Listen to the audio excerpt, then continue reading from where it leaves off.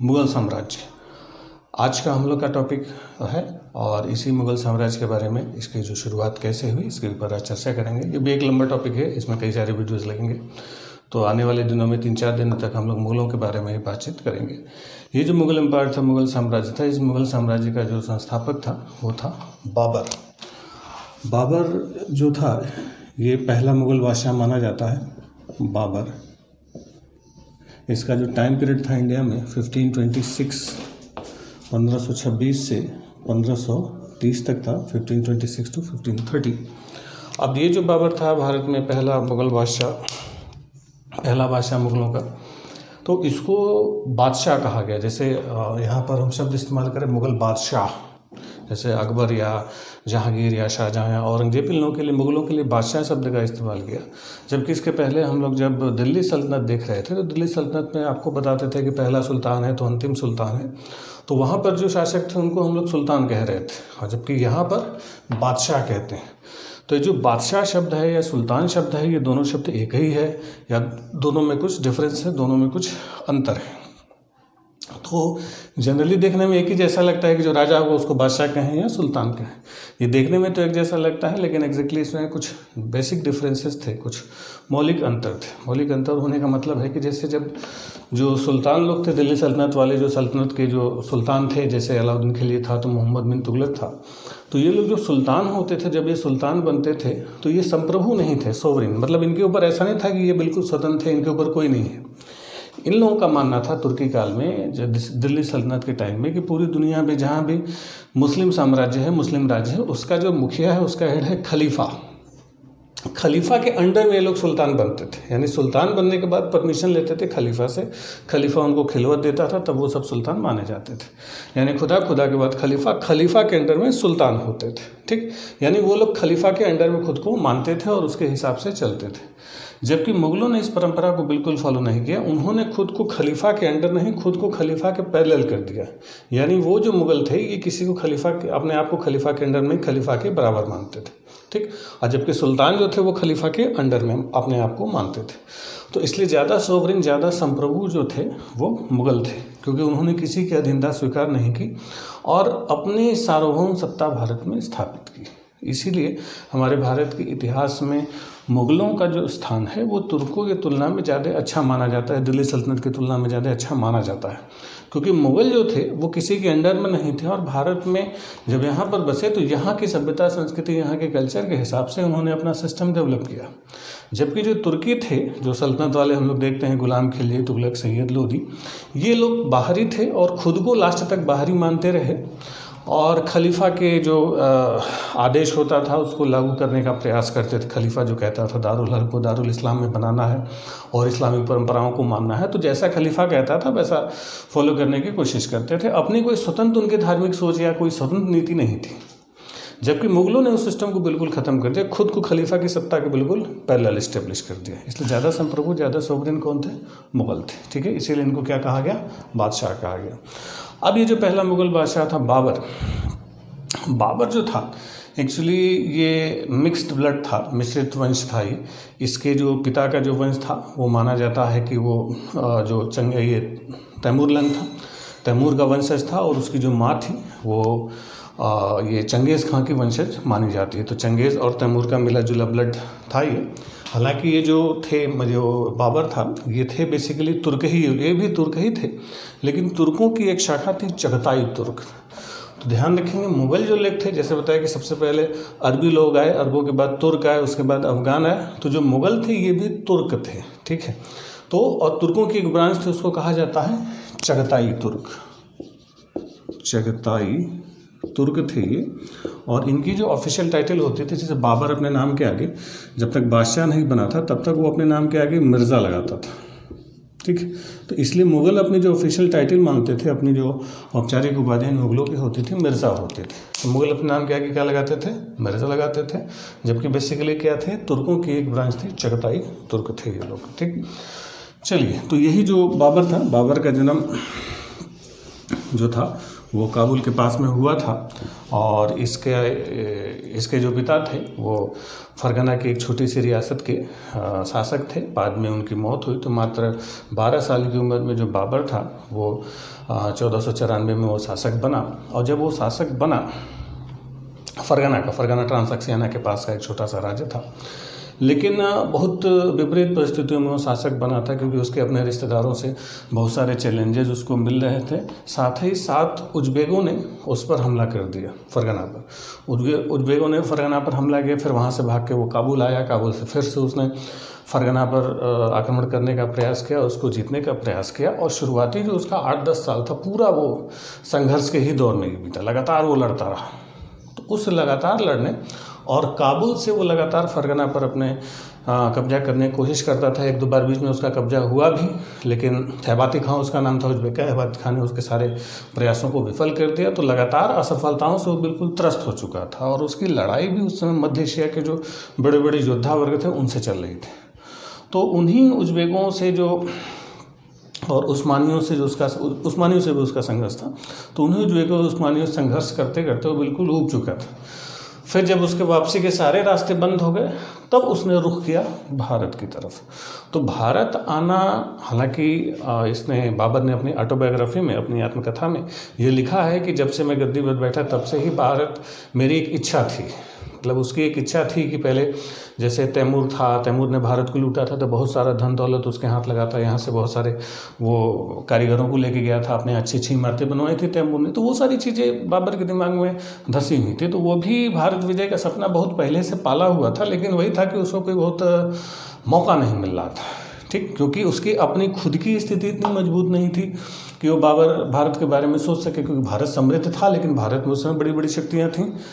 तो इसलिए पहले वो सोचता था कि पहले अपना जो फरगना है, फरगना काबुल के क्षेत्रों पर अपना कंट्रोल अच्छे से स्थापित कर ले, तब फिर भारत की तरफ वो रुख करेगा। तो दिमाग में उसके इंडिया था, लेकिन सीधे भारत वो अभी प्लान नहीं कर पा रहा था। लेकिन फाइनली जब उसके उधर उज़्बेकों ने बिल्कुल पूरी तरीके से नियंत्रण स्थापित कर लिया और इसका उधर का रास्ता बंद हुआ, तब इसने रुख किया भारत की तरफ। भारत की समृद्धि उसको आकर्षित कर रही थी और उस समय की जो राजनीतिक परिस्थितियाँ थीं उसने बाबर को भारत की तरफ अट्रैक्ट किया। और इसी ने सिंधु नदी को फिर बाद में पार किया और सिंधु नदी को पार करके इसने पंजाब पर आक्रमण किया। और पंजाब का उस समय शासक था दौलत खां लोधी। दौलत खां लोधी ने कोई खास प्रतिरोध नहीं किया।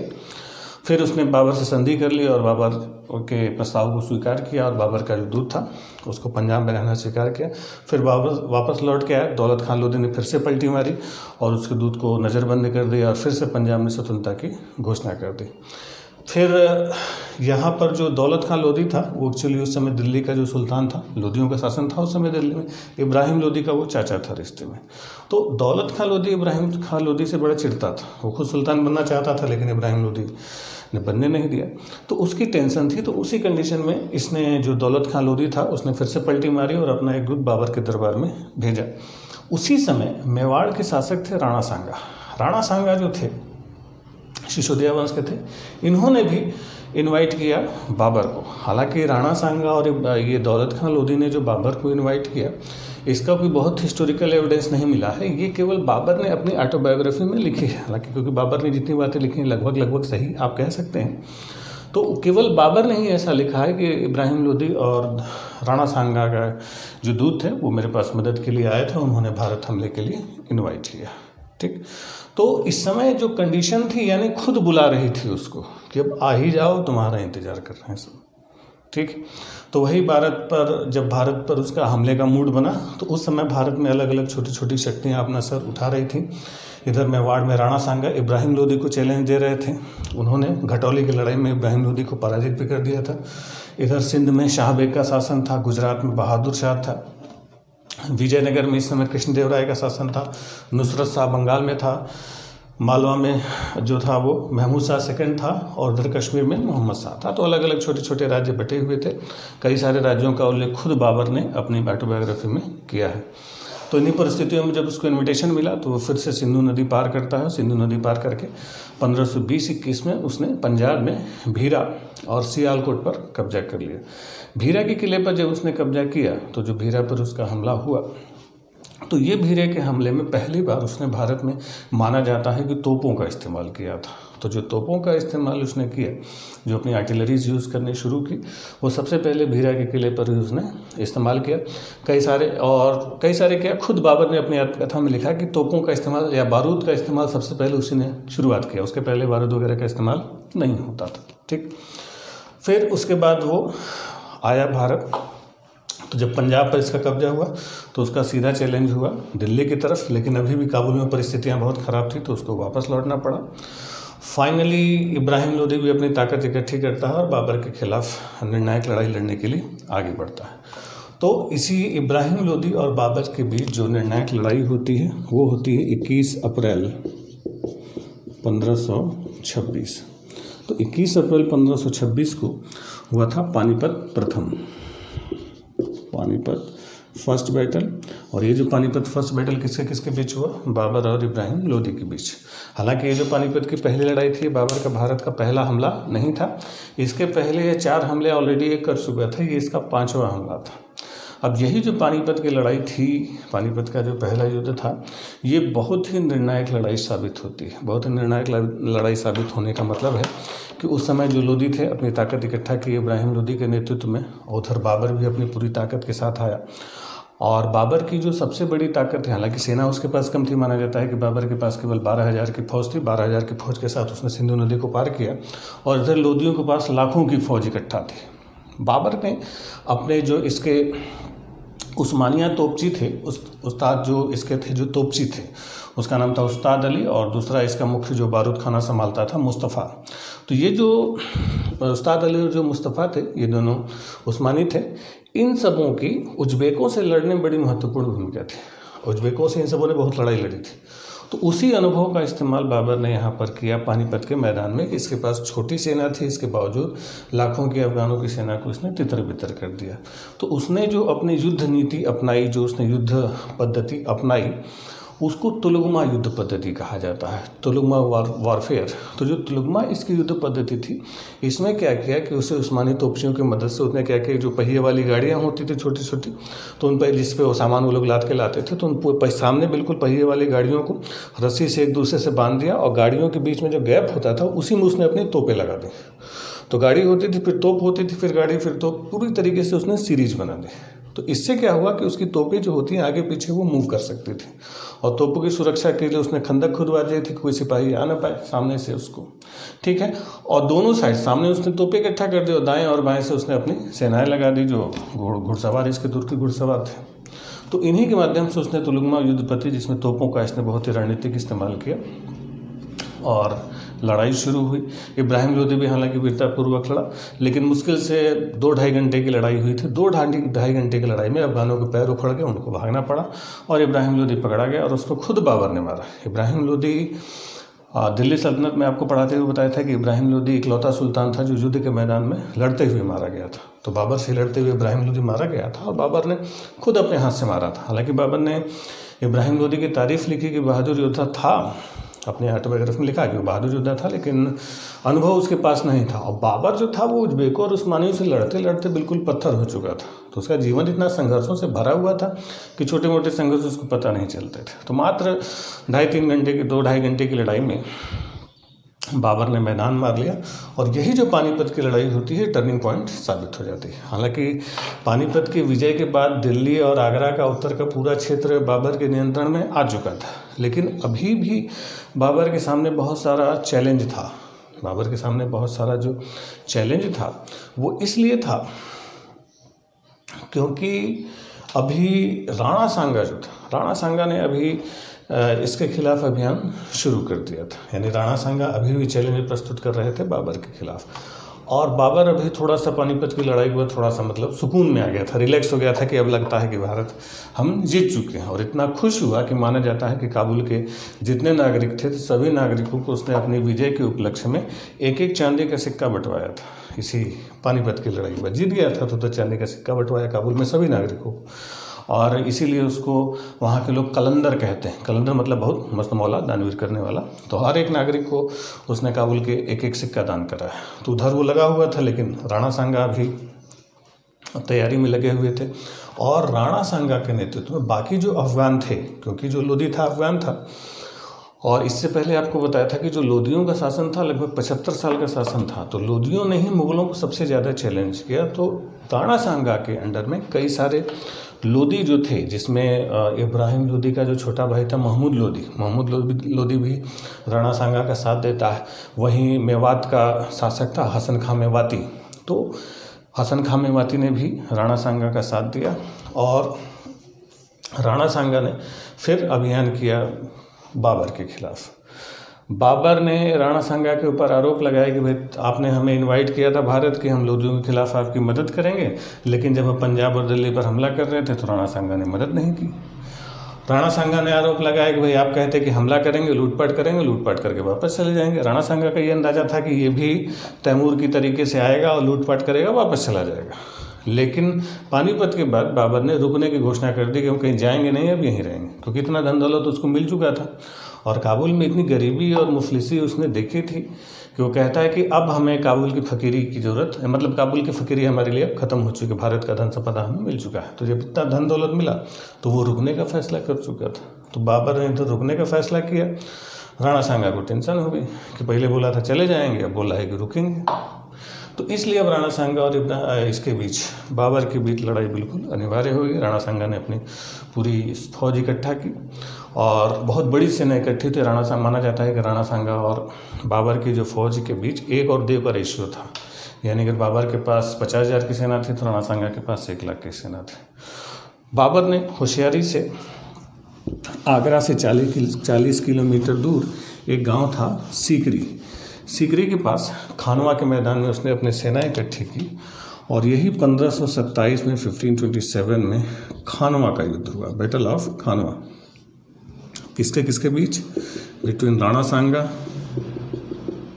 और बाबर के बीच। ठीक, अब ये जो खानवा की लड़ाई हुई, ये सीकरी के पास एक जगह था, इसमें बहुत ज़ोरदार टक्कर हुई। राणा सांगा की तरफ से अफगान भी थे, ठीक है, और अफगानों में जैसे हसन खां मेवाती था और इब्राहिम लोधी का छोटा भाई जो था महमूद लोधी, दोनों शामिल थे। तो दोनों के बीच लड़ाई होती है, खूब जम के युद्ध होता है। राणा सांगा ने बहुत तगड़ी टक्कर दी और राणा सांगा के साथ जो युद्ध हुआ उसने बाबर को भारत में एक बहुत बड़ी सबक दे दी। बाबर को जो बहुत बड़ी सबक मिली वो इसलिए मिली कि राणा सांगा ने इतना तगड़ा प्रतिरोध किया और राणा सांगा की जो छवि थी, पुरानी छवि का मतलब राणा सांगा माना जाता है कि 80 युद्धों के विजेता थे, हर युद्ध में उनको एक घाव लगते थे, बुजुर्ग थे। तो उनके जो क्रेज था सिपाहियों में, तो कहानियाँ बनती थी कि राणा सांगा बहुत बहादुर योद्धा और कभी हार न मानने वाले बड़े ताकतवर योद्धा थे, अकेले कईयों को परास्त कर चुके थे, वो पहले लोधियों को भी हरा चुके थे। तो लड़ाई से ठीक पहले जो बाबर का जो खेमा था, सैनिक खेमा था, उस सैनिक खेमे में बिल्कुल राणा सांगा का खौफ छा गया था। सिपाही बिल्कुल डरे हुए थे, सिपाही लड़ने को तैयार नहीं थे। शायद खानवा की लड़ाई होती नहीं अगर बाबर अपने सिपाहियों को मोटिवेट नहीं करता, क्योंकि सिपाहियों ने राणा सांगा के बारे में इतना सुन चुका था और दूसरे राणा सांगा की सेना बहुत बड़ी थी और सिपाही जो थे मुगलों के साथ जो आए थे वो अपने आप को बाहरी समझ रहे थे और उनको लगा कि कहाँ दुश्मन के देश में आके फंस गए। अब इतनी ज़्यादा फ्रस्ट्रेशन थी कि सिपाही लड़ने को तैयार नहीं थे और भागने की तैयारी में थे। जब इस बात की सूचना बाबर को मिलती है कि हमारे खेमे में सिपाहियों के अंदर बहुत ज़्यादा फ्रस्ट्रेशन है, तो बाबर इस बात को लेके बहुत चिंतित हुआ। फाइनली उसने क्या किया कि सिपाहियों को इकट्ठा किया और उनको मोटिवेट करने के लिए बहुत ही ज़ोरदार एक मोटिवेशन वाला भाषण दिया और कहा कि अब उसने मोटिवेशन देना शुरू किया कि अब हम जब तक हरा नहीं लेंगे काफिरों को तब तक हम चैन से नहीं सोएंगे। और शराब की सारी बोतलें उसने तोड़ दी, शराब के जो पीपे साथ आए थे सबको उड़ेल लिए उसने कि जब तक हम इनको हरा नहीं देंगे तब तक हम जो है कि चैन से नहीं रहेंगे, कोई ऐशो आराम नहीं करेंगे, शराब नहीं पिएंगे। और यहीं पर उसने नारा दिया जिहाद का। तो जो जिहाद का इस्तेमाल हुआ वो अंतिम समय में उसने किया। अंतिम समय का मतलब है कि जैसे सिपाहियों के अंदर जोश भरने के लिए किन काफिरों को सजा दे दी। अब सोचिए हमारा शासक वर्ग, आम जो सिपाही होते हैं, आम जो सोल्जर्स होते हैं या आम नागरिक होते हैं, उनको किस तरीके से बेवकूफ़ बनाते हैं कि बाबर के सिपाही मुसलमान थे और राणा सांगा की सेना में भी सिपाही बहुत सारे मुसलमान थे, बताए कि लोधी भी थे, वो भी मुसलमान थे, मुसलमानों की भी लड़ाई थी। इसके बावजूद उसने जिहाद का नारा दिया, काफिर कहा उनको। और सिपाहियों को समझ में नहीं आया कितना जोशीला भाषण दे रहे। तो ये जो उसकी बोलने की कला थी, इतना ज़बरदस्त उसने मोटिवेट किया कि सिपाहियों को सही में लगा कि हम जिहाद कर रहे हैं, हम धर्म युद्ध कर रहे हैं, क्रूसेड, हमें धर्म के लिए लड़ना है, हमें इस्लाम का प्रचार करना है। इसके पहले इस्लाम की याद नहीं आई थी। जब पानीपत की लड़ाई में इब्राहिम लोदी के साथ लड़ रहे थे, वहाँ तो सारे मुसलमान थे, वहाँ कहाँ गया था जिहाद, वहाँ तो नहीं लड़ा।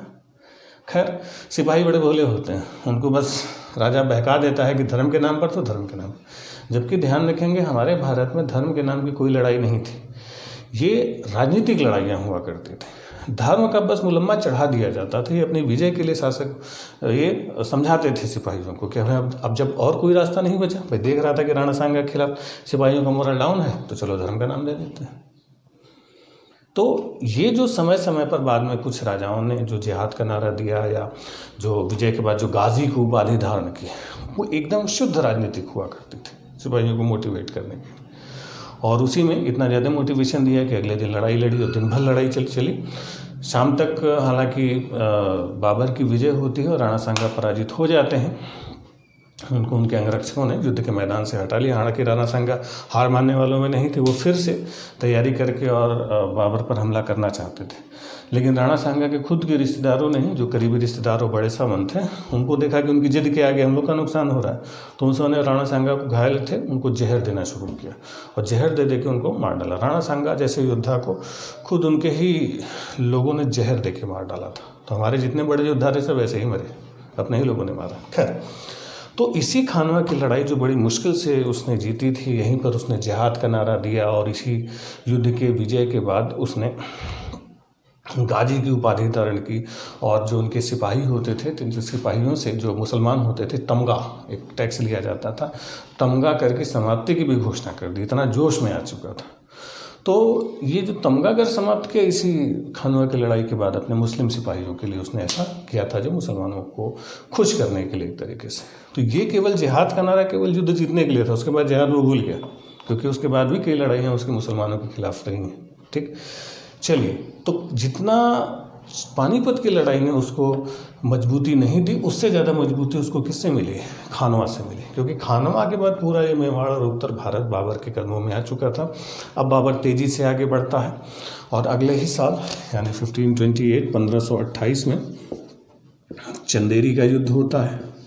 तो जो चंदेरी की लड़ाई होती है, ये राजपूतों के खिलाफ है। राजपूत राजा थे मेदिनी राय के खिलाफ उसने हमला किया और ये भी लड़ाई बड़ी ज़बरदस्त लड़ी गई थी। और इस लड़ाई में राजपूतों ने अद्भुत शौर्य का परिचय दिया और यहाँ भी मारकाट कत्लेआम मचवाया बाबर ने। पूरा कहा जाता है कि उसने सैनिकों की जो कटे हुए सर थे उनको इकट्ठा करवाया और उनके खोपड़ियों को बिल्कुल टीला उठवा दिया था उसने।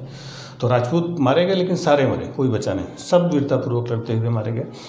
और जो राजपूत रानियाँ थीं, जो उनकी विधवाएं थीं, उन लोगों ने फिर जौहर व्रत का पालन किया। तो जौहर यहीं पर हुआ था, चंदेरी में ही।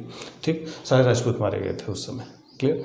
चलिए, फिर उसके बाद चंदेरी से आगे बढ़ता इधर बनारस आगे होते हुए घाघरा और गंगा नदी के संगम पर, जो बिहार में पड़ता है, घाघरा बिहार बॉर्डर पर, तो घाघरा और सोन नदी के संगम पर अफगान कुछ अपने इकट्ठा हो रहे थे और इधर बंगाल से नुसरत शाह था। तो बंगाल और बिहार के जो अफगान थे उन लोगों ने मिलकर बाबर का सामना किया और 1529 में 1529 में घाघरा का युद्ध होता है, बैटल ऑफ घाघरा। तो ये जो घाघरा की लड़ाई हुई, इसमें ये बंगाल वाला था नुसरत खां और बाकी जो बिहार के अफगान थे, बिहार और पूर्वांचल के जितने अफगान थे, उन सबों ने मिलकर लड़ाई लड़ी। और यही घाघरा की लड़ाई पहली लड़ाई मानी जाती है जिसमें पहली बार जल और थल दोनों पर, यानी घाघरा और गंगा के संगम पर था, तो नाव से भी लड़ाइयाँ होती। तो माना जाता है कि जल और थल, पानी और ज़मीन दोनों पर एक साथ लड़ा गया था युद्ध। और इस लड़ाई के बाद घाघरा में जब इधर बिहार बंगाल के अफगानों को और नुसरत शाह को हराया, तब पूरा उत्तर का राज्य बाबर के कंट्रोल में आ गया।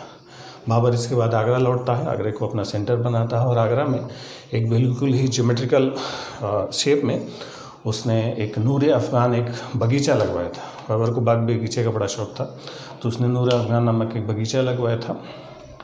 और इसने सड़क को मापने का एक पैमाना, स्केल होता है, एक स्केल ईजाद किया था जिसको कहा जाता है गज़े बाबरी। तो गज़े बाबरी जो था उसका स्केल था। खैर, तो ये जो बाबर की विजय हम लोग देखते हैं, सबसे पहले आपको बताया था 1526 कौन सा, पानीपत, 27 खानवा, 28 चंदेरी, 29 घाघरा। तो पानीपत किससे हुआ था? इब्राहिम लोदी। खानवा किससे हुआ था? राणा सांगा। चंदेरी किससे हुआ था? मेदिनी राय। और घाघरा किससे हुआ था? अफगानों से हुआ था। ठीक है, तो ये इसका सीक्वेंस है। एग्जाम में आपके सीक्वेंस से क्वेश्चन आते हैं, तो सीक्वेंस इसका था ना। इसके पहले भीरा हो चुका था, 1-2 लड़ाइयाँ वो पहले भी लड़ चुका था। खैर, और इन सभी लड़ाइयों में बाबर एक विजेता के तरीके से उभरा। कहीं पर उसने धर्म का इस्तेमाल किया, कहीं ताकत का इस्तेमाल किया, जहाँ जो जैसे कर सकता था वैसे वैसे उसने इस्तेमाल किया। बाबर एक बहुत ज़बरदस्त योद्धा था, इसमें कोई शक नहीं है। बहुत अच्छा योद्धा था, क्योंकि बचपन से आपको बताया था कुछ बेकों से, उस्मानियों से उलझता था ये, तो उसके संघर्षों की वजह से बहुत मजबूत हो चुका था। इसके अलावा उसकी जो सबसे बड़ी खासियत थी, वो एक बहुत अच्छा कवि था, बहुत अच्छा पोएट था। बाबर ने अपनी जो आत्मकथा लिखी, तुजुक बाबरी, तो ये जो तुजुक लिखी उसने, तुजुक बाबरी, या कहीं कहीं उसको बाबरनामा भी कहा जाता है। तो ये जो तुजुक बाबरी या बाबरनामा है, ये भारत में लिखी गई सबसे अच्छी ऑटोबायोग्राफी मानी जाती है, बाबरनामा। ठीक है, ये जो बाबरनामा इसने लिखी, ये तुर्की भाषा में लिखी, ध्यान रखिएगा। उस समय हालांकि फारसी ज़्यादा पॉपुलर थी, लेकिन बाबर की जो मातृभाषा थी तुर्की। तो पूछा जाता है कि बाबरनामा किस लैंग्वेज में बाबर ने लिखी थी? तुर्की में लिखी थी, या तुजुक बाबरी इसको कहा जाता है। इसी को कहीं कहीं वाक़ियात बाबरी भी लिखा गया है। तो ये जो तुजुक बाबरी है, ये इसकी जो ऑटोबायोग्राफी है, ये भारत में लिखी जाने वाली सबसे अच्छी आत्मकथा मानी जाती है। और इसका बाद में बहुत सारी भाषाओं में ट्रांसलेशन भी हुआ। जैसे इसका पोता जब बादशाह बना अकबर, तो अकबर के समय सबसे पहले पायंद खान ने इसका तुर्की से फारसी ट्रांसलेट किया। ठीक है, यानी फारसी भाषा में इसको ट्रांसलेट किया। फिर बाद में 1590 में अब्दुल रहीम खान खाना ने इसका बाबरनामा का या तुजुक बाबरी का उसने भी पर्शियन यानी फारसी में अनुवाद किया। फिर बाद में इसका फारसी से इंग्लिश ट्रांसलेशन भी किया गया 1826 में। तो 1826 में 3 अंग्रेज़ थे, जिसमें लिडन था, अर्स्किन था और सेल्डिंग था। तो लिडन, अर्स्किन और सेल्डिंग ने मिलके इसका फारसी से अंग्रेजी अनुवाद किया। ठीक है, तो कई सारी भाषाओं में इसका ट्रांसलेशन हुआ।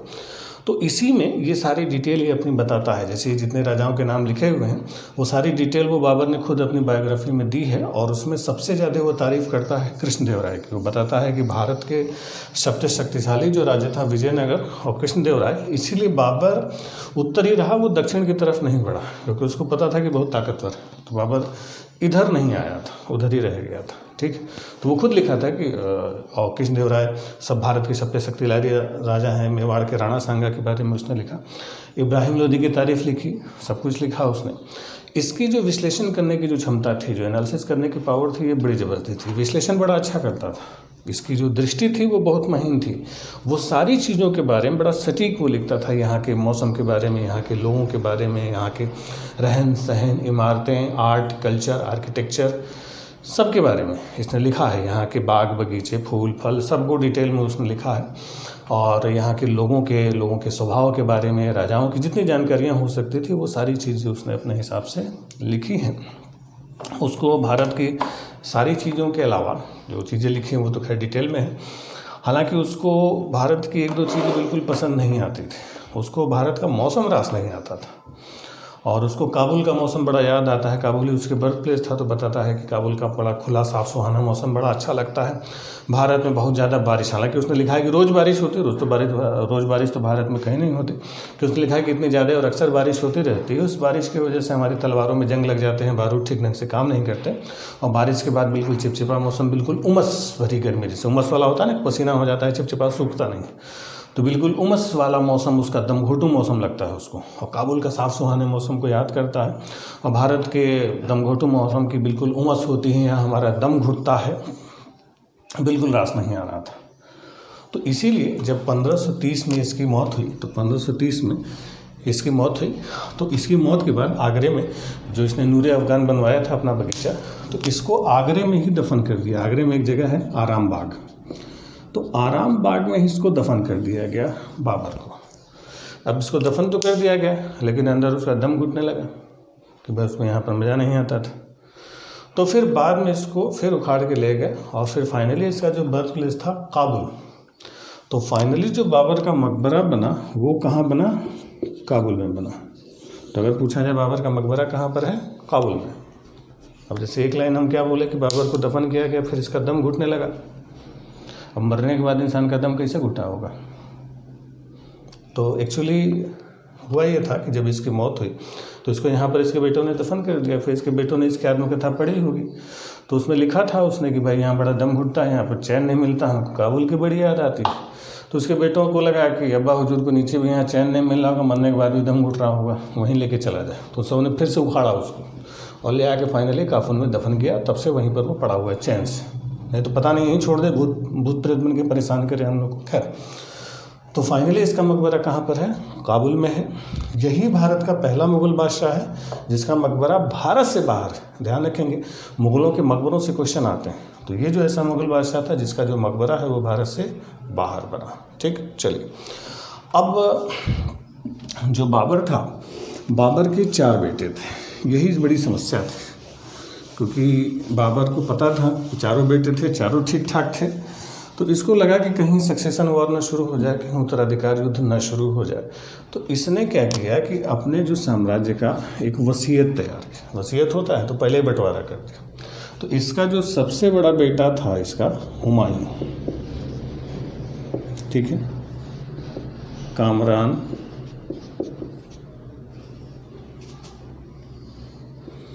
अस्करी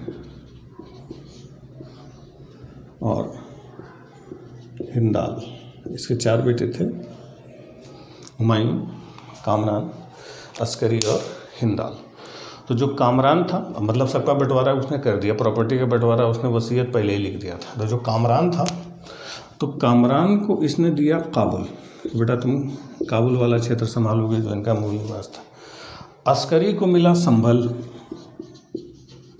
संभल उसने किसको दिया? अस्करी को। और जो हिंदाल था, हिंदाल को मालवा दे दिया गया।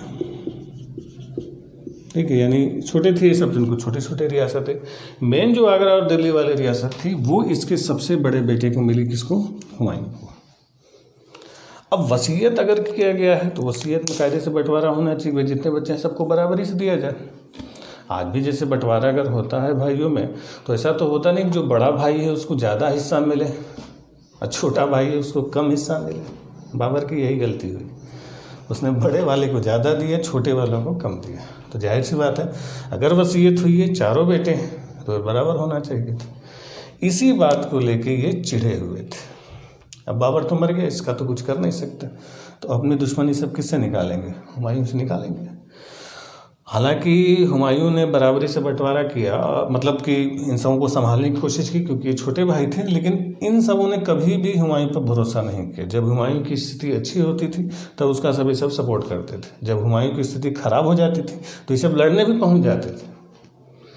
तो कभी भी इन भाइयों ने हुमायूं का साथ दिया ही नहीं, और सबने मौका परस्ती की। इसकी वजह क्या थी कि भाई क्यों भाई इस पर भरोसा नहीं करते?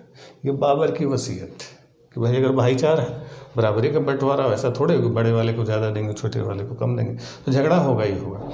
हालांकि इसको सक्सेशन वार नहीं कहते, क्योंकि बाबर के बाद हुमायूं ही बादशाह बना, इनकी स्थिति कमज़ोर थी। तो इन सबों ने कभी भी मतलब बहुत इफेक्टिव सपोर्ट नहीं किया इसको। ज़रूरत पड़ने पर धोखा भी दिया, ज़रूरत पड़ने पर इस पर हमला भी किया, इनमें आपस में भी लड़ाइयाँ होती रही। इसी वजह से हुमायूं की जो शुरुआत ही थी वही गड़बड़ हो चुकी थी कि वसीयतें में उसको मिल गया था सब कुछ। ठीक है, चलिए खैर, अब क्या मिला, कैसे मिला, हुमायूं का जीवन कैसा रहा, इस पर अगले वीडियो में हम लोग चर्चा करेंगे। अब मुगल काल हम लोग का कुछ दिनों तक चलेगा। आपको बताया कि बड़ा टॉपिक है, थोड़ा सा इसमें खींचातानी थोड़ी ज़्यादा होगी। ठीक है, चलिए मिलते हैं अगले वीडियो में। Thank you.